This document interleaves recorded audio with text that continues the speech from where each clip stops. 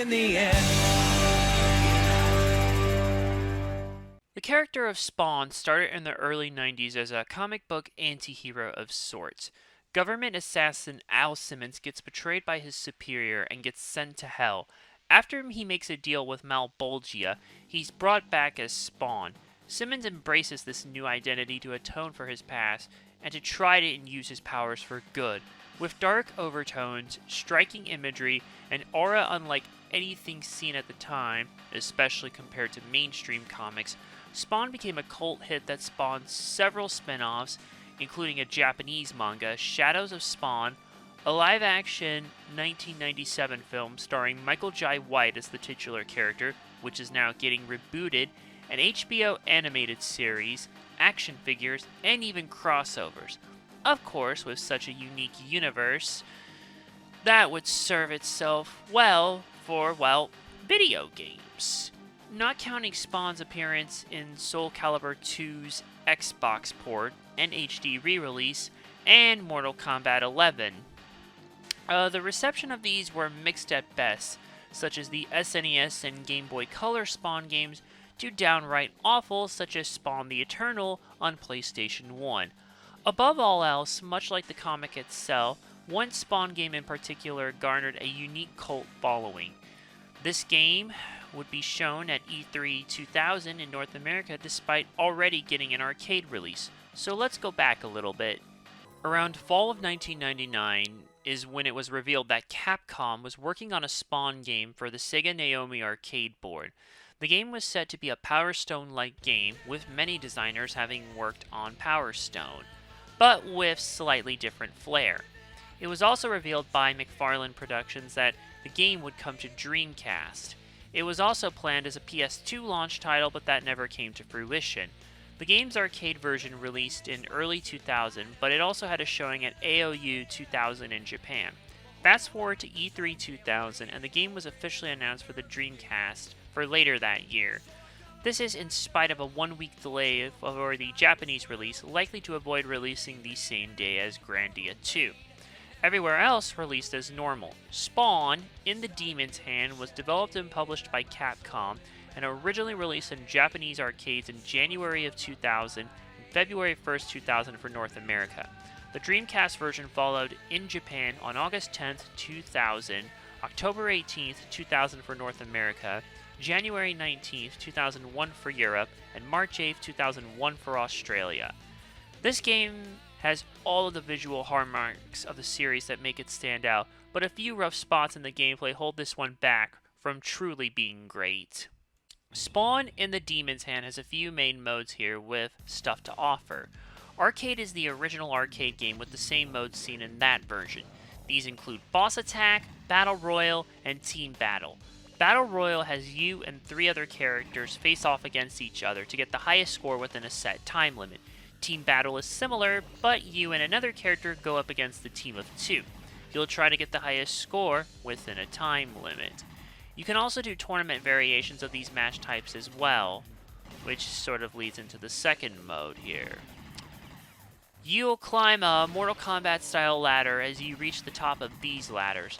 There's also a gallery mode where you can view bonus images of characters as you unlock these images by playing Team Battle Tournament. Nothing from the Battle Royale tournament side other than bragging rights. There's really not much in terms of modes of play, but with how much unlockable content there is, you'll find something to sink your teeth into. More on that towards the end of the video. Boss Attack mode is essentially the main arcade mode of the game. You can do it with either one character or 2 characters, either another human or AI, though you can only have AI partners in the Dreamcast version. Doing it with one character will only limit you to 7 stages, which prevents you from playing against the final boss, but if you play with 2 characters, you'll get the full experience. Each stage basically consists of you fighting against NPCs until the actual boss shows up. Then you take them out, and the stage ends. If you don't beat the stage in time, you'll have to continue. Unlike other games of this ilk, you won't lose the stage if you die, you'll just respawn. But you will lose a bit of time, so you shouldn't die as much as you can help it. You'll find various weapons throughout the stages, and each character has a default set of weapons. You You can also find orbs that increase your speed, defense, and attack up to 5 times, but if you get knocked down, you'll lose an orb. None of it really matters since the game is unbalanced in a way. While there are a variety of characters with unique weapons, it seems to me that gun characters are more favored than the melee characters. This is especially true for characters who can dual-wield weapons like machine guns, whether by default or if you pick one up in addition to one you already have. It doesn't necessarily make the game a cakewalk, but you can cheese it in a way.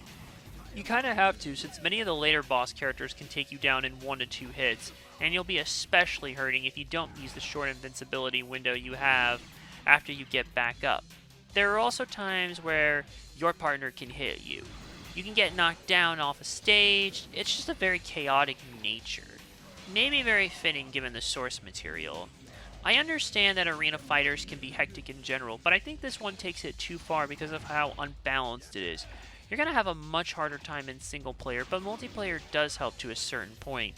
Where have I heard that before? The default difficulty settings can be especially unbearable, but you can adjust them so you don't have to cheese it as much. Plus, they don't affect unlocks, which is a plus. Overall, if it's too unbearable, adjust it so you have fun. The controls are mostly fine. You use the D-pad to move the characters. A jumps, X is attack, B lets you change weapons, Y lets you switch to first-person perspective, where you are locked in place but you can move the camera and attack. Best for gun characters, and you can also do this with the left trigger. Right trigger lets you attack and jump, and that's pretty much it. This is the default layout, and you can change it to your liking in the options menu, which is a plus. What's not a plus is not having analog stick support. Yeah, a 3D game with no analog stick support. This makes movement feel stiff since a D-pad can't do as much compared to an analog stick. I'm pretty sure there are PS1 games from before this game's time that support analog sticks, even if it had to have a re-release version, like Resident Evil 2. It doesn't help that the game's camera isn't particularly good. It's slow to follow you, which leaves you vulnerable when something hits you from off-screen, and the only way to adjust it is to hit Y or left trigger. It works, but it's not ideal. Plus, with the FOV being low, it's just a bad recipe. You can use the arcade stick so it plays like the arcade game, but it still doesn't fix the camera problem. The graphics are at least fine. The game has a surprising number of colors, which has a nice striking contrast with the violent nature of the Spawn IP. In short, the game translates the comic book's art style very well. This is without the use of cel shading, mind you. I'd say for a Dreamcast game from the year 2000, it looks pretty good. Models are well done for the time, as are environments. Some objects don't look as sharp as others, and even basic wall textures and the like can look a little muddy at times. I do wonder if these were just some compromises between the console and arcade versions, even though they should be pretty close in terms of graphical parity given the hardware similarities. Or maybe that's just the enhancements from various Dreamcast simulators. Never mind the various HD mods for the console. Still, this is by no means an ugly game, far from it. It's just that technology has come such a long way since this game first came out. You do have to take it with the warts and all. The game at least does keep a smooth 60 frames per second, which is the most important part about it. Overall, despite some things aging worse than others, the game's graphics are still good for the most part. It may not technologically push the barrier, but the art style implementation more than makes up for it. The sound is actually very strong here. Given the hardcore nature of the source material, we have some equally matching music to go with it. There's a lot of electric guitars here. I wouldn't be surprised if Guilty Gear's OST took some influence from here. It feels very heavy metal-esque, but there are some moments of dramatic motifs on display. There are even a couple hard rock songs outside of gameplay that fit the bill. They're the credits and the opening theme, at least in the console version for the former and latter. There's no better choice of music here for this style of game, and it shows throughout the entire game, even in the menus where applicable. Sound effects also pack the punch for melee weapons, and neat guns, and even the various magical explosions the more fantastical characters will use. Destruction and knockdown sounds feel impactful, and some variety is there depending on what happens. You'll feel pretty much every punch the game has to offer. The voice acting is alright. The actors sound fine and fit the characters well enough with good delivery.